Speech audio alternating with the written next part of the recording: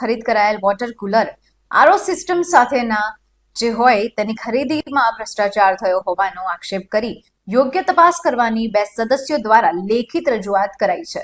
ચલાલા નગરપાલિકાના પૂર્વ પ્રમુખ અને સદસ્ય જયરાજભાઈ વાળા અને સદસ્ય પરેશભાઈ કાથરોટિયાના જણાવ્યા મુજબ ચલાલા શહેરના જુદા વિસ્તારોમાં ધારાસભ્યની ગ્રાન્ટમાંથી વોટર કુલર મૂકવામાં આવેલ છે.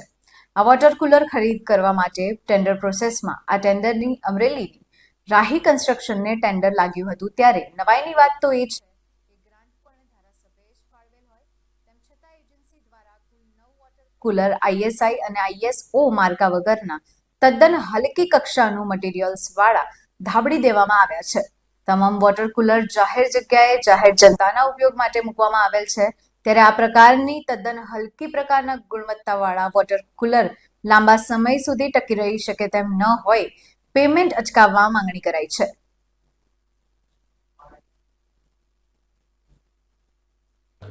મારું નામ જયરાજવાળા, પૂર્વ ઉપપ્રમુખ ચલાલા નગરપાલિકા.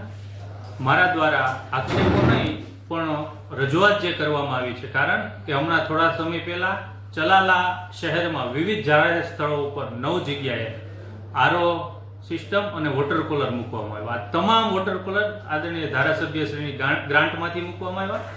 પરંતુ જ્યાં જ્યાં જગ્યા ઉપર આ વોટર કુલર મૂકવામાં આવ્યા છે ત્યાં શહેરીજનો અને નાગરિકો દ્વારા અમને રજૂઆત કરવામાં આવી. આ વોટર કુલર એકદમ નબળી અને હલકી કક્ષાના, નબળી ગુણવત્તાના હોય તો અમારી ટીમ દ્વારા ત્યાં સ્થળ તપાસ કરતા એક પણ વોટર કુલર આઈએસઆઈ કે આઈએસઓ હોલમાર્ક નથી અને તમામ હલકી ગુણવત્તાના વોટર કુલર હોય એ બાબતે ચીફ ઓફિસર શ્રી અને એન્જિનિયર શ્રી અમારા દ્વારા લેખિત રજૂઆત કરવામાં આવી છે. કારણ કે એક વોટર કુલરની કિંમત આજે નગરપાલિકા કોન્ટ્રાક્ટરને 75,000 રૂપિયા જેવી માતબર રકમ ચૂકવતી હોય, પ્લસ આ એમનો વર્ક ઓર્ડર છે 4.5% ઊંચા દરે એમના ભાવો મંજૂર કરવામાં આવ્યા છે. ત્યારે ચલાલા શહેરમાં જાહેર સ્થળો ઉપર મુકાયેલા વોટર કુલર લોંગ ટાઈમ સુધી શહેરીજનો પાણી પી શકે, સારી ગુણવત્તાના મુકાય, એ અમારી 24 સભ્યોની જવાબદારી હોય. કારણ કે હમણાં જ યોજાયેલી નગરપાલિકાની ચૂંટણીમાં શહેરીજનોએ 24 સીટો ભારતીય જનતા પાર્ટીને આપી હોય.